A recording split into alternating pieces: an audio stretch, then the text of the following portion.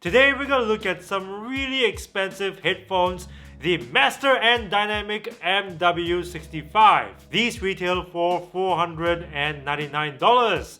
So definitely not the cheapest headphones I've reviewed on this channel, but it's gonna be very interesting because I will be using the Sony WH-1000XM3 as a benchmark against these headphones. We're gonna look at things like sound quality, noise cancelling performance, and microphone quality. They've got up to 24 hours of battery with noise cancelling, similar to what the Sonys have. They also have a USB-C charging port like the Sonys, so fast charging is part of the package here. But the MW65s charge a lot faster than the Sonys. Now, the Sonys, if you charge them for 10 minutes, they give you 5 hours of playtime back, which is pretty decent, pretty fast. But the MW65s, you charge them for 15 minutes, you get back 12 hours of juice, and that's fast. That is like more than double the speed of the Sonys. On the right ear cup are button controls for music, volume, phone calls, and voice assistant. On the left ear cup, there is a knob that takes care of your power and Bluetooth pairing, and a button that takes care of your noise cancelling modes. There are 3 different noise cancelling modes to toggle between: full noise cancelling, low noise cancelling, and noise cancelling off. Hey guys, I'm so sorry for the interruption. When I was editing this video, I realized that I forgot to mention that these headphones don't have ambient sound pass-through. So if you need any sort of ambient sound pass-through, you will find it in other headphones like the Sony XM3s. Okay, back to the video. They support Bluetooth 4.2, not Bluetooth 5. And in terms of codecs, they support SBC, AAC, and aptX, which is kind of similar to what the Sonys have, but the Sonys have a few more codecs that audiophiles like aptX HD and LDAC. It doesn't have an app like what the Sonys have, so no customizable EQ settings or software updates over the air, but this do have multi-point pairing, which is something that a lot of people feel the Sonys sorely lack. In terms of build quality and aesthetics, the MW65 is way ahead of the $349 Sony XM3 headphones, and for good reason. It uses a lot of aluminium and genuine leather. Yup, genuine for sure. Smells like it. Okay, genuine leather cushions have one big advantage over synthetic leather cushions like those used in the Sony XM3 headphones and even the Bose headphones 700. These ones don't disintegrate like synthetic leather cushions do after a few years. Rather, they will age with time. They will patinate. So the longer you use them, the nicer they end up looking compared to when you took them out of the box the very first time. And they require very little maintenance. Maybe the occasional rub down with a leather polisher, but beyond that, you don't really have to worry about humidity and sweat and all that. And also, its headband is very flexible. It flexes more actually than the Sony XM3 headphones headband. So at least in theory, it's able to accommodate larger head sizes. But one thing I like about the Sony XM3's headband is that it can fold in twice. So it folds in flat and then it folds in another time like this, you know, so that it becomes very compact, easy to slip into your luggage bag. These ones, however, they only fold flat, so it's not going to be as compact as the XM3s. Overall, in terms of design, I think these headphones, they look fantastic. I mean, if I were outside and I see someone wearing these headphones, premium, stylish, rocking that vintage look, I'd be like, hey, you know what? This guy is going places. He's doing well in life. Unlike me, selling t-shirts to survive. Alright, now it's time for our voice microphone test. How do these compare to the Sony's in terms of voice call quality? So I'm going to do my usual thing. I'm going to put on some really loud cafe background noise and I'm going to record a voice memo on my phone. First the MW65's, then the Sony's. Background noise, MW65, record.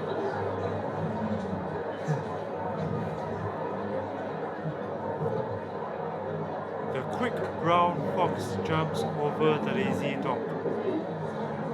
The quick brown fox jumps over the lazy dog.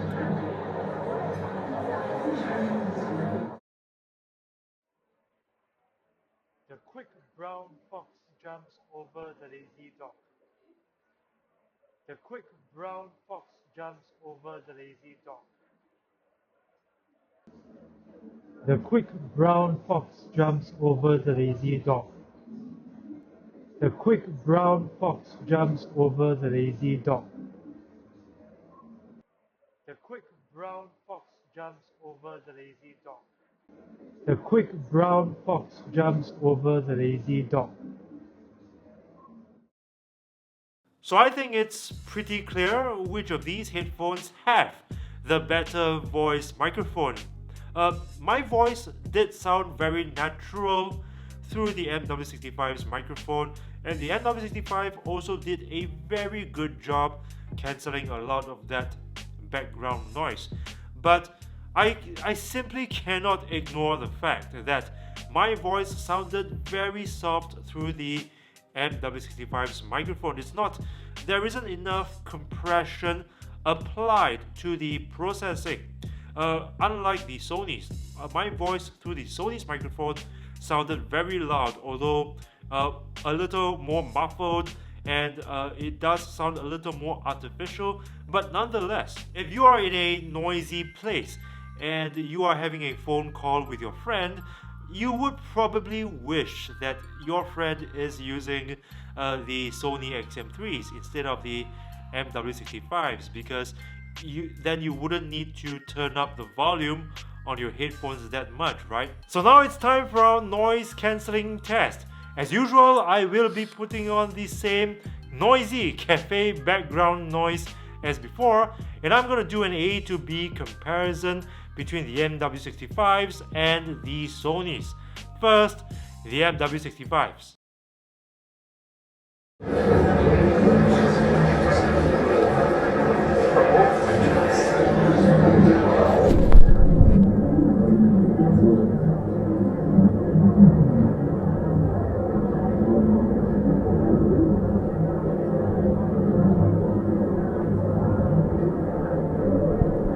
Noise cancelling high.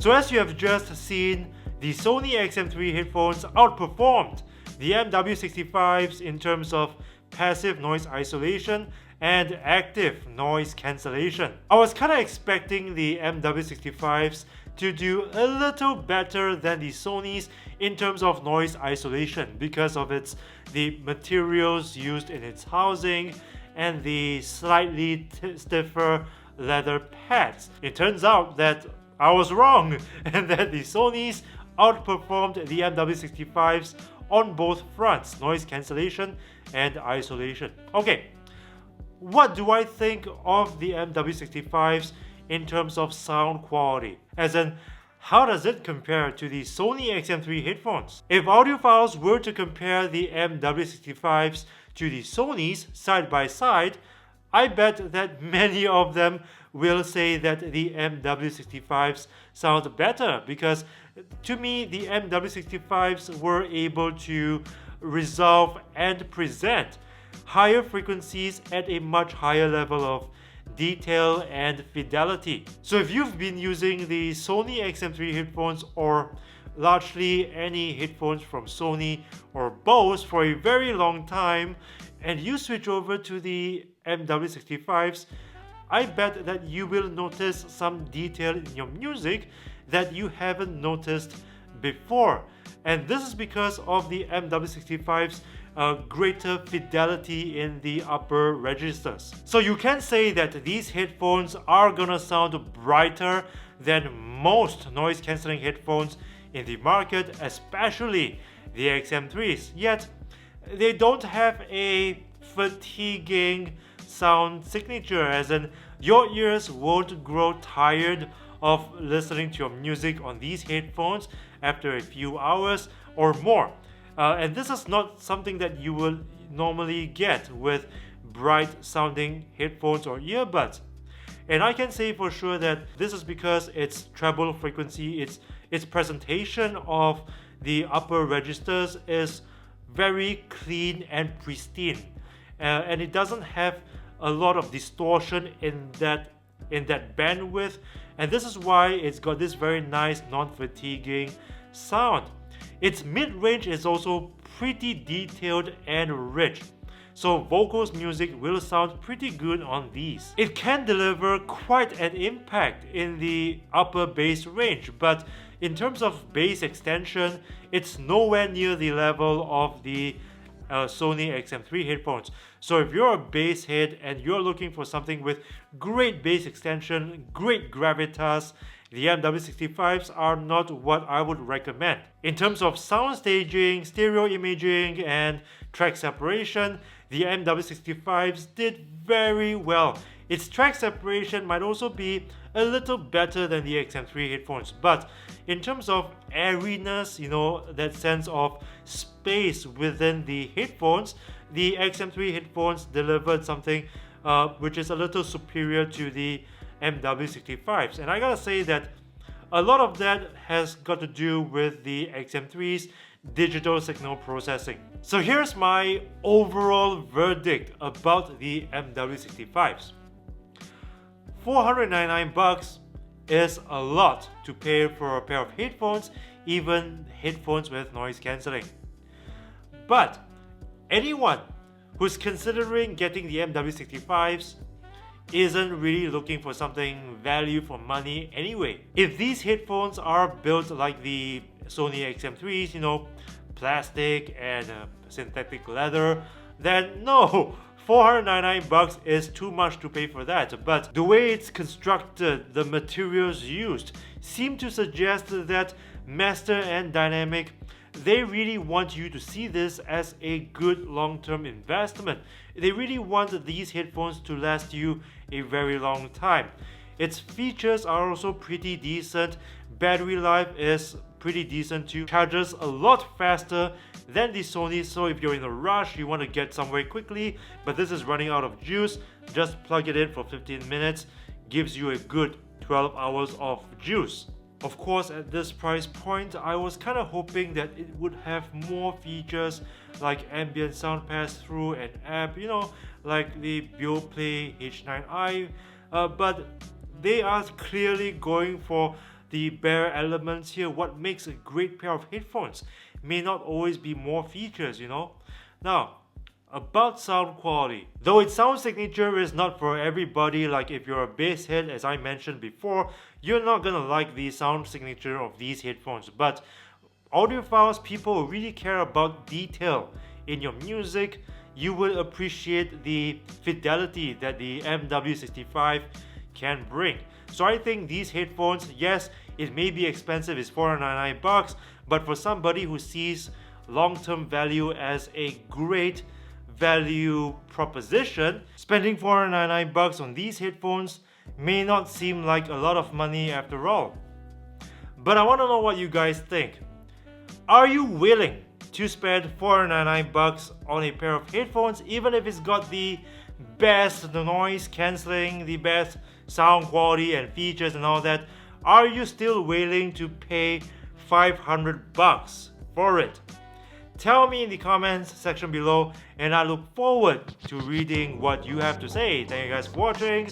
My name is Aaron, you're watching Aaron's Wireless, and as always, if you like this video, would you kindly please punch that like button with a vengeance, share this video with your friends, subscribe to this channel if you haven't already, and remember to ring the bell to join my notification squad because I upload new videos every single week, and this is the only way YouTube will notify you. And of course, please check in YouTube settings if notifications is switched on, because if notifications is not switched on, you will not get any notifications even if I put up new videos. Okay, so be sure to do all that, and I'll see you again in the... wait. Are you a humble person? Because if you're a humble person like me, this shirt is a great way to show your friends how humble you really are. And whenever you look in the mirror, to admire yourself of course, it will also help to remind you to always be humble. So guys, this is a pretty fun shirt to wear. You can check it out in the link below. It's available in t-shirt, tank top and hoodie. Your purchase helps keep this channel going, and I appreciate your support, bros.